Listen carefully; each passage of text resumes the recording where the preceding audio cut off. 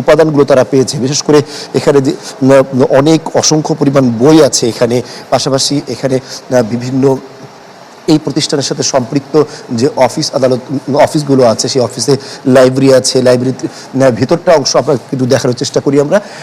এখানে একটি সাধারণ সম্পাদক যে আছেন তার একটি কক্ষ এটি সায়নটের। এই সাধারণ সম্পাদকের কক্ষের মধ্যে যতগুলো উপাদান ছিল, অর্থাৎ যতগুলো আসবাবপত্র ছিল, সবগুলো আসবাবপত্রই প্রায় ভঙ্গুর অবস্থায় আছে। অর্থাৎ সবখানেই যেহেতু এগুলো আলমারি করা ছিল, এই আলমারিগুলোতে কাচের গ্লাস ছিল, এই কাচের গ্লাসগুলো ভেঙে দেওয়া হয়েছে। ভিতরে যে আসবাবগুলো ছিল সেগুলো সব নিচে ছিন্ন বিচ্ছিন্ন করে ফেলে দেওয়া হয়েছে। এখানে অনেক গুরুত্বপূর্ণ কাগজপত্র থাকবে বলে আমাদের কাছে মনে হচ্ছে। আমরা এখনো কাগজপত্রগুলোকে ওই অবস্থায় দেখতে পাচ্ছি। এখানে যে চেয়ার টেবিলগুলো ছিল সেগুলো সব ওলটপালট অবস্থায় আছে।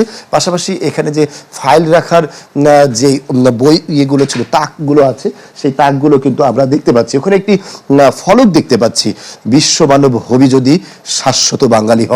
অর্থাৎ এই বাঙালি হওয়ার যে বাসনা বা চেতনা যে আছে, সেই চেতনাকে ধারণ করে ছায়ানটের যে যাত্রা, সেই যাত্রার যে মূল কেন্দ্র, অর্থাৎ ছায়ানটের এই মূল কেন্দ্র তো প্রধান কার্যালয় ঢাকাতে, যেটা প্রতিষ্ঠাতা সঞ্জিদা খাতুন। এই সঞ্জিদা খাতুন প্রতিষ্ঠিত ছায়ানট যে সাংস্কৃতিক সংগঠন আছে, সেই সংগঠনের কার্যালয়ে আজকে বিক্ষুব্ধ ছাত্র জনতারা হামলা করেছেন এবং এখানে তারা ব্যাপক পরিসরে প্রায় প্রতিটি কক্ষেই ভাঙচুর চালিয়েছেন বলে আমরা দেখতে পাচ্ছি। এবং এখানে এখনো আমরা দেখতে পাচ্ছি যে আইন শৃঙ্খলা রক্ষাকারী বাহিনী যারা আছেন তারা এখানে পাহারা দিচ্ছেন।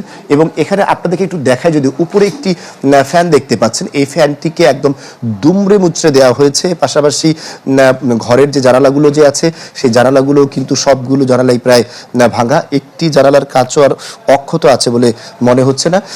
অর্থাৎ বলা যায় আমরা এখন দোতলায় অবস্থান করছি। তিনতলার চিত্র একই রকম হবে।